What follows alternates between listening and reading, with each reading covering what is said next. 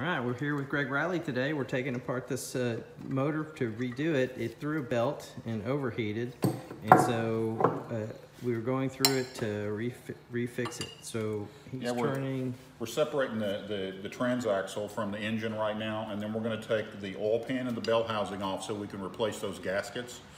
And then once we do that, we'll stand it up on its side, and then we'll start assembling it. We'll put the heads on first and the push rod tubes in it, and so on and so forth. So we got to finish to take apart before we can start to put together. But we're making good progress. I think we'll have it pretty much together today. So you're doing what? You're right here. You're turning the flywheel and right. I'm turning the engine over. Now the thing is, you have to be careful of. It's just trying to push the jugs out. Mm-hmm. At the house, I have some little pieces of pipe cut to go on there, but we forgot those. But no more than we're going to be fooling with it. I think it'll be just fine. We'll just make sure that they don't shove off past the rings.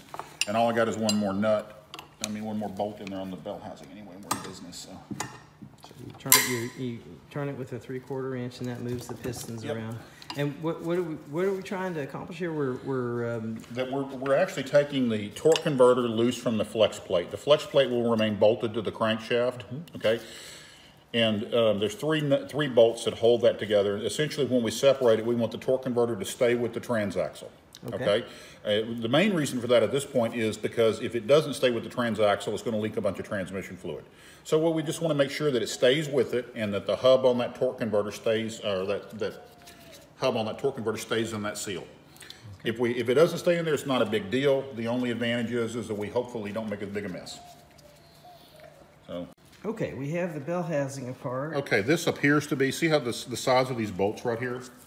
Okay, that is bigger than stock. That appears to be one of those Clark's or Otto super bolt crank hub things, which is kind of surprising to me, but definitely those are not the stock bolts, and they're bigger, so that's actually not a bad thing.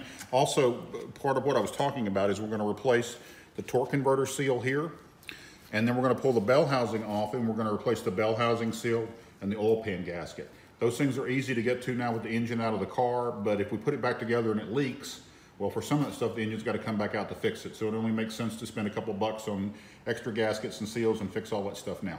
So take a little bit of doing, but we'll get it all done.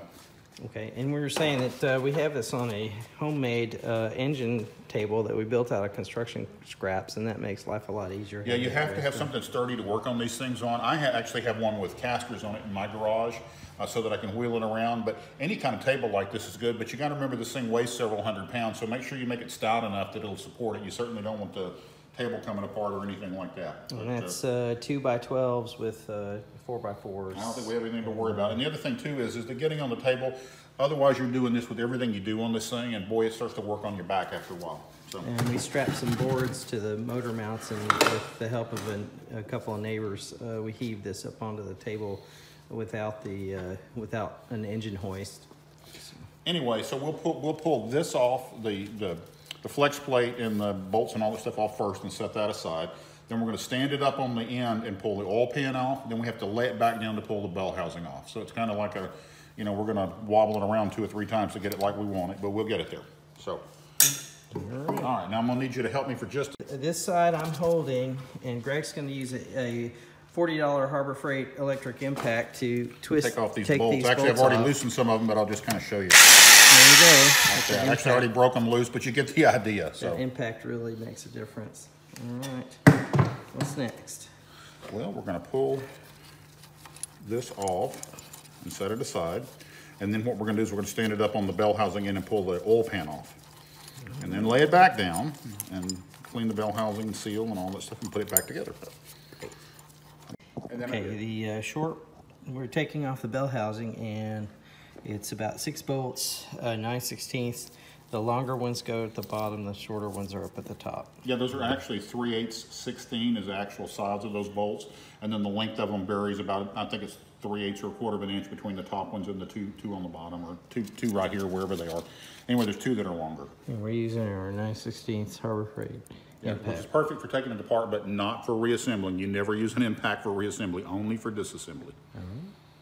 Okay. All right. Now, bell housing's off. I'm sorry. We were missing a bolt, so that was why it was hard to take it off. Once we took that off, it came right off. Now, Ignacio, this seal is the bell housing seal, and it comes in from the back side. In other words, you have to have the bell housing off the engine to put the seal in, because the seal actually comes in from this side, from the crankshaft side, okay? Which means in order to replace the seal, the engine has to come out, the engine and transaxle have to be separated, and then the bell housing has to come off, which is why I always insist on putting a seal in one while the engine is out of the car, because the seal isn't that expensive, and the hassle of having to put one in is really, you know, not good. But you'll notice on this thing, the seal wasn't really leaking that much, okay? Now, this is new right here. You see this is new, but you see this here, this trail, that's older. And that indicates there's been some seepage around that seal, but that seal is really starting to get hard, okay? And that's how you can tell the seal is bad, is because it's hard. You want it soft and pliable, and we have new seals that we're gonna put on there. In a minute, I'll show you the difference so you can actually feel the difference in the old seal and the new seal. 2, 1. All right, there's various techniques for getting the seal out, but I usually just use an extension. This has got like some sort of little adapter on it, but it doesn't matter. Just put it on the edge of the seal so it contacts the seal and not the middle of the bell housing. There you go. All right, we've got to clean everything up now, and for the gaskets to seal, everything's got to be really super clean. Now, you know, if you were doing like a full restoration or whatever, we take the bell housing and we dip it and we bead blast it and all that stuff. But for our purposes today, we're making a repair. We're not really doing a restoration. So what we're going to do is we're going to clean this area where the seal goes right here, and this flat surface where the gasket goes, and then this flat surface back here, we're going to get those spotlessly clean. And then I'm going to use a little bit of silicone sealer, which some people say they don't like, but they're not doing this and I am, so we're going to do it my way. I'm going to use a little bit of silicone sealer to glue the gasket to this, put the bell housing in, and then when we're ready, we'll just put it all together and bolt it up, and we'll be good to go. When you say silicone sealer, are you talking like Permatex number 2? Permatex, I don't use Permatex number 2. I usually use ultra black or ultra copper or ultra gray. Okay. And the difference is the temperature rating. That stuff is rated for like intermittent temperatures, depending on the color, of 600 to 700 degrees, which is way more than we see. The problem with silicone sealer, why people say don't use it, is people glob that stuff on, and then it squeezes out, and the little squeezes break loose, and it gets in the oil and all that. All I do is put just a tiny little, you know, bead of it on there, just enough and nice and smooth, just to hold the gasket in place and seal it. We're cleaning this up with a scotch wheel and a drill just up against there, because otherwise that gasket's pretty hard to get off. We have it all cleaned up with scotch wheel and some razor blade scraper got the worst of it off. So we've got it all cleaned up now. So you're saying, Greg? Okay, now since cleaning this up, we've gotten a bunch of junk in the teeth here, like trash. And so what we're going to do is we're going to blow it out with some air first, and then use a little spray carburetor cleaner, and then some more air to make sure that there's nothing caught in these teeth. Because even a little bit of crap in there in those teeth, as you can imagine, will start to wear on those gears. So we just want to make sure that we put everything together nice and clean. And then over here, you're going to do the same thing on these surfaces that you did on the rear of the engine block. Clean it all up till it's nice and shiny.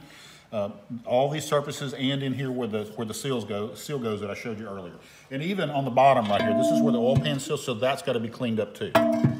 Cleaned all these surfaces up with a little Scotch-Brite pad and then a wire wheel.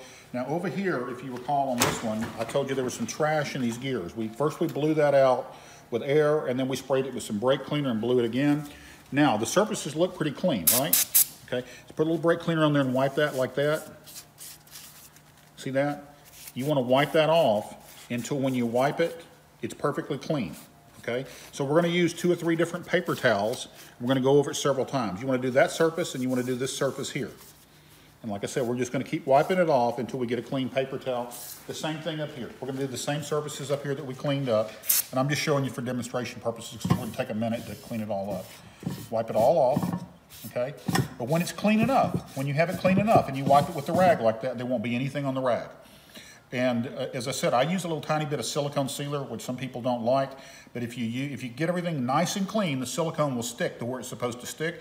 And all it takes is a tiny little bead of that stuff. You don't need a bunch of big squeezed out bead of silicone, just a tiny little bit, like I'll show you in a minute. Okay, these are the 2 bell housing seals, the old one and the new one. I don't know how old this old one is. It may not be original to the car, but it's definitely really, really old. It's the seal surface in here is really hard, whereas the new one's really soft and supple. I don't know if you can even see that in the picture, but how pliable that is versus that, okay? That's your seal area. And as I said, what I do, and we've already wiped this all off with carburetor cleaner, and I actually had to cut the end of this because we're trying to save this tube. I put just a little bit of this on here, not much, That's Permatex Ultra Black. Ultra Black. You don't like number 2 because it's not temperature proof. Yeah, the other stuff, that yellow stuff, it just makes a mess. We used to call it elephant snot. It's impossible to clean up. It gets hard. This stuff remains pliable. And look, as you can see, just a tiny little bit of silicone, okay? Then I'm gonna take my finger and I'm gonna smooth it around like this, okay? Okay, and how do you whack it into the hole? I'm gonna show you in just a second. All right. All right, that's all you need. And then when I put it in, I'm gonna wipe it off the back side, okay? See, just a tiny little bit, okay? You push that in there like this, okay? And that's pretty much it. Well, I'll take the hammer and we'll wipe this off. Just tap it just a little bit. You don't want to bend the seal, just tap it. Make sure it's down in there good. Because when you bolt it all together, it'll hold it on, right? Right. Okay. And the silicone, as I said, on the outside of the seal, there's people that say the silicone is not necessary. I wouldn't argue with them, but it does add just a little bit of extra seal. And as you saw how easy that seal was to push in there, it sort of glues it in place. So in my mind, it's just a little extra insurance. If you have any silicone on the backside that's squeezed out, you want to wipe it off. And as you can see, there's just a tiny, like a negligible amount. That's all the silicone that's squeezed out, okay? The other thing that you want to do when you put this together is before you put it on the block, the groove right here in the seal, you want to fill with a little bit of high temperature grease. Okay, I use like that Mobil 1 synthetic grease, that red stuff, but it really doesn't matter as long as it's a good high temperature grease. You want to put just a tiny little groove of it, I mean a little bead of it in that groove right there. Now, some people want to use like Lubriplate. Lubriplate melts at really low temperature, so it's probably not the best stuff to use, but the idea here is you want a little bit of lubrication to stay on that seal to keep it lubricated, because if it stays lubricated, it lasts longer. So it's really just that simple. Okay, so here we are. We're doing the guy on TV on PBS with the afro that paints. So here we are, painting our landscape, putting our silicone. This is my version of finger painting. There you go. Okay, so we're sticking it all on there. Just a tiny little bit. That's all we need, just to kind of hold the gasket in place. Just a little extra insurance, you know. All right, these are the bell housing bolts that hold the bell housing to the block. The top bolts have washers on them. The bottom 4 are not supposed to have washers. These are flanged bolts. I don't know if these are stock or not, but I've seen them before, so they probably are. But we're going to leave the 2 washers off. It may just be on a manual transmission car, but it will rub on the flywheel. On a power glide car, that may not be a consideration, but I do know for a fact they're not supposed to have bolts on the bottom. The way we're going to do this is we're going to put 1 bolt in the top here, like this. Notice I've got the gasket glued on it. Got my 9/16 socket on the extension. I'm going to do this, and we're going to kind of guide this guy on. Okay. Oh, you know what? We forgot the grease. So we're going to stop and put the grease in this, and we're going to come back to it. So tell me about torque values on this. Okay, you can torque these with a torque wrench, and some things on the engine are crucial. Like if you were doing the rod bolts, for instance, or the head nuts, the torque value on those is crucial. Really on this, all you're trying to do is make sure it's nice and snug and it's not going to back out, okay? So maybe it's just I got a feel for it or whatever, but what I do is I put the ratchet on there, and these are already pretty snug, and I just kind of, okay, see, that's nice and snug. I'm not trying to bear down on it, see? See, they're nice and snug. Now, if I wanted to, I could really crank these suckers down, but that's not the goal here. You just want to make them nice and snug, compress the gasket, go over them all one last time to make sure they're good. So if you're, you know, kind of one of the sort of retentive about torque values, what would that torque value be? Oh, that's probably 20 or 30? 25, 30 foot-pounds. It'd just be a rough guess. And like I said, you can definitely torque it if you want to, but some things are mission critical, as they say, and others aren't. And I just always do these things by hand, and you want them nice and snug. You don't want them loose, and you certainly don't want to strip the bolt holes. So it's kind of like you got to get the feel for it. Okay. Now, all right, these are the bolts that hold the flex plate, which is this guy right here, onto the flywheel. They go through these holes right here, okay? These are actually not stock bolts. These are from Clark's. These are for what they call a super bolt crank hub, which is like exotic, really cool stuff, which you don't absolutely have to have, but they're here. The most crucial thing is that these are, the crankshaft is basically, it's open to the back side. In other words, the holes are not blind holes. They're drilled all the way through the crankshaft, okay? So you must, when you put these together, put a little sealer on the threads. If you don't, The Ultra Black? whatever kind you choose to use, but you must put some sealer on the threads, because if you don't, the oil will eventually wick through the heads and leak into the bell housing and cause this weird leak that you won't be able to figure out where it is, and it's because of that. So always put just a dab of sealer on the bolts before you put it all together. I don't know if you can see this, but there's a slight bevel in the flex plate, okay? It's beveled one direction. It's beveled this way, which is the way that we want to put it on, okay? And the reason why is that when we bolt it all together and we bolt it to the torque converter, it pulls that little bevel out of it and pulls it nice and straight, okay? So it's perpendicular and square. And you can usually tell which side it is because see the impressions that the bolts have made over the years. Now the other thing too is that this Clark's thing has a reinforcing ring that ordinarily you wouldn't use with a Power Glide car, but I'm putting this thing back together exactly the way we took it apart because I'm assuming they have this on there for a reason. But ordinarily you only use a reinforcing ring like this on a standard transmission car. I'm assuming they have some reason for doing it, so we're going to put it back exactly as we found it. Okay, so torque value on these? You know, I think the book maybe is 40, 45 pounds. I'm not 100% sure, but the thing is these bolts that we put in are steel bolts into aluminum holes, right? So you can strip those pretty easily. These are steel bolts in a steel crank hub. So you can torque this to a lot higher value and not have to worry about stripping anything. Okay, but again, what I do is, I showed you kind of how I do these. I do these quite a bit tighter. We've actually got that thing locked down up there, I think. See, like that. See, nice and snug.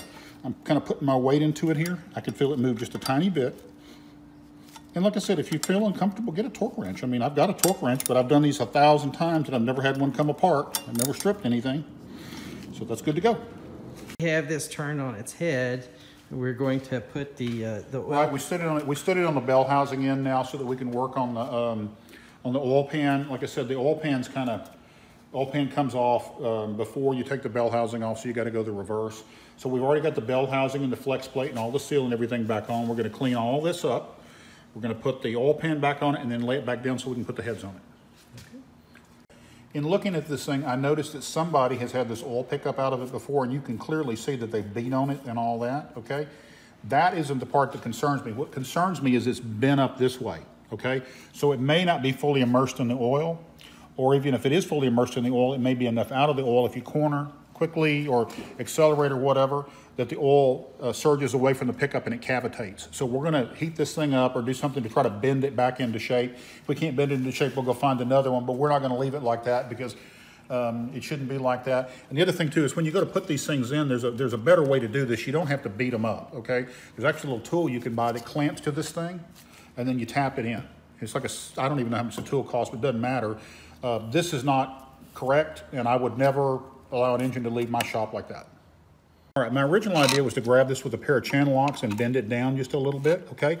But all I did was barely grab it here, and you can see right here. See where it's supposed to be crimped there? It's supposed to be crimped together. That would definitely cavitate oil right there, okay? Might not be a problem, but we're not gonna put it back together like that. We're gonna get another better oil used pickup that's not all beat up and that's properly crimped around the edge and do that just as kind of insurance. Brand new machine heads from Tom Noblock. Here we go. All right, we've just discovered a glitch, okay? If you look at these head gaskets here, as we drop them in here, you see how they don't fit the bore precisely, okay? And there's room around them and they wiggle around, okay? This is a 64 model car, but it has a 65 model 110, and without getting down into the weeds of the where and what's and all that, the head gaskets are different, okay? So we've got to get bigger head gaskets for a 65 and up engine. Now these are 42 thousandths thick, and what that means is they're 10 thousandths thicker than stock. Tom Noblock has machined these heads, and essentially by using the thicker head gaskets, we're compensating for the compression ratio, and even more importantly, we're moving the heads back out to exactly where they were so the valve train geometry and everything remains correct.